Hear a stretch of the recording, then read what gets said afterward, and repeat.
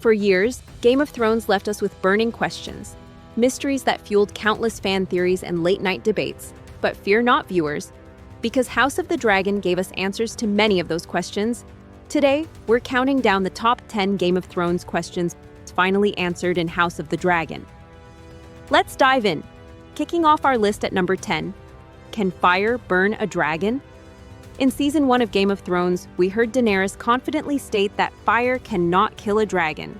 This left us wondering, was it an absolute truth? We never really saw dragon-on-dragon combat in the original series to test this.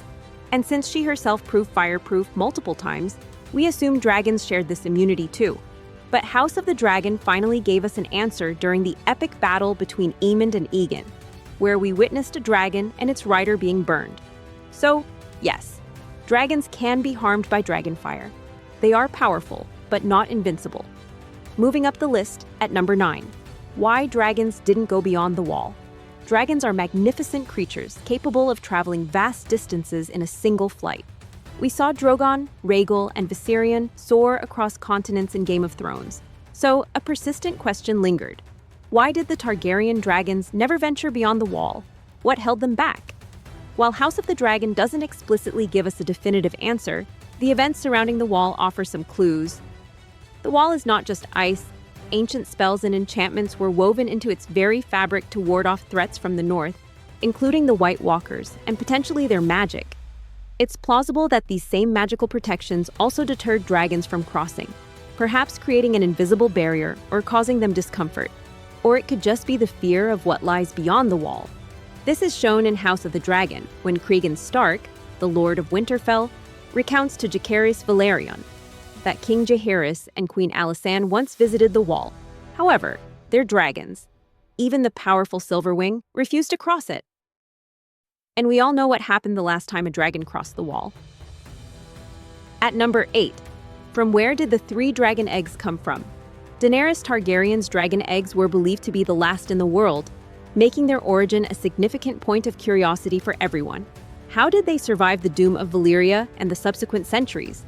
House of the Dragon sheds light on this mystery. We learn that these very eggs were laid by Syrax, the dragon ridden by Rhaenyra Targaryen. It was Daemon Targaryen who collected these eggs and sent them to the Vale of Arryn with their children, with Pentos as their final destination. This makes perfect sense when we remember that it was in Pentos where Daenerys eventually received these precious gifts. Sliding into number 7, only House Targaryen survived the doom? The Doom of Valyria was a cataclysmic event that wiped out the Dragon Lords of Valyria. We knew that House Targaryen fled before the doom thanks to a prophetic dream, leading to the assumption that they were the sole noble house to escape its destruction. However, House of the Dragon reveals that House Velaryon also survived the doom and, in fact, had roots in Valyria even before the Targaryens. They were among the first to settle in Westeros, while Game of Thrones primarily showed them as a house supporting the Baratheons. House of the Dragon highlights their ancient Valyrian lineage and their survival of the catastrophe. Reaching the halfway point at number 6, why did Aegon conquer Westeros? In Game of Thrones, it was told to us that Aegon Targaryen conquered Westeros due to his power, his dragons, and simply because he could. It seemed like a straightforward ambition fueled by might. After all, he had dragons. But House of the Dragon reveals a deeper, more significant reason. In a conversation with Rhaenyra, King Viserys shares the true motivation behind Aegon's conquest. While he saw Westeros as a rich land full of resources, the driving force was a prophetic dream, a vision of the White Walkers and the Long Night. Aegon believed that the Targaryens and their dragons needed to be in power to unite the realm and face this existential threat. At number 5, how many dragons did the Targaryens have at their peak? Before the Dance of the Dragons, the Targaryen dynasty was at its peak, and with it, their dragon population too. We always wondered just how many of these majestic creatures they commanded at their height.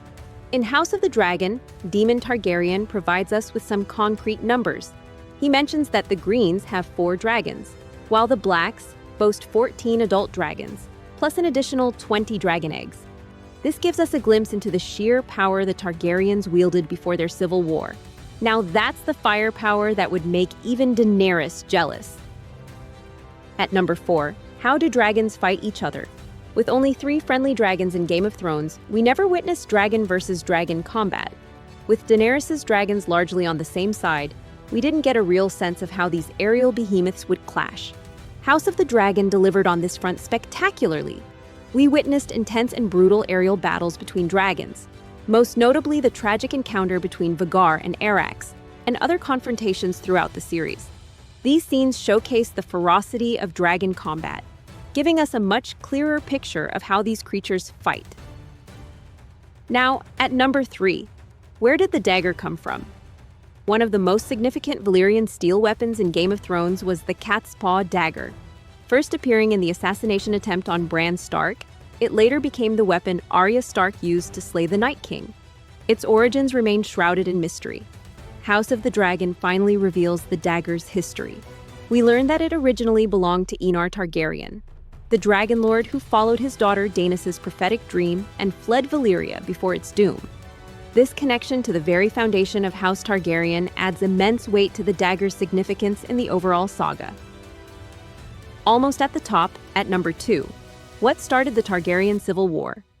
We knew the Dance of the Dragons was a brutal and devastating civil war within House Targaryen, but the specific chain of events that sparked this conflict became much clearer in House of the Dragon. The series shows us that King Viserys named Rhaenyra as his heir, a decision that was ultimately challenged due to a misunderstanding or perhaps misinterpretation by Alicent Hightower regarding Viserys' final words. Alicent then supported the coronation of her son, Aegon II.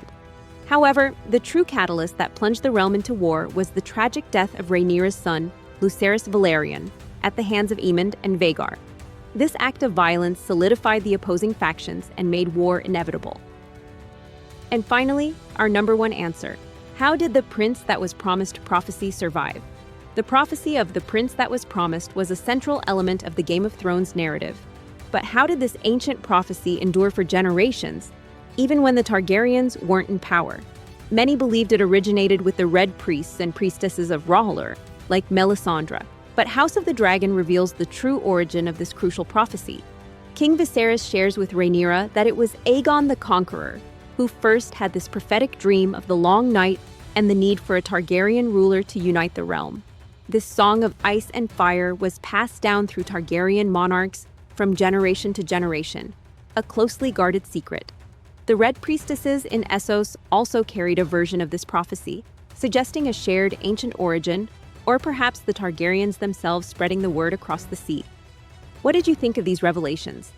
Did House of the Dragon answer other questions you had from Game of Thrones? If you enjoyed this video, be sure to like it, subscribe for more Game of Thrones and House of the Dragon content, and share it with your fellow Westeros fanatics.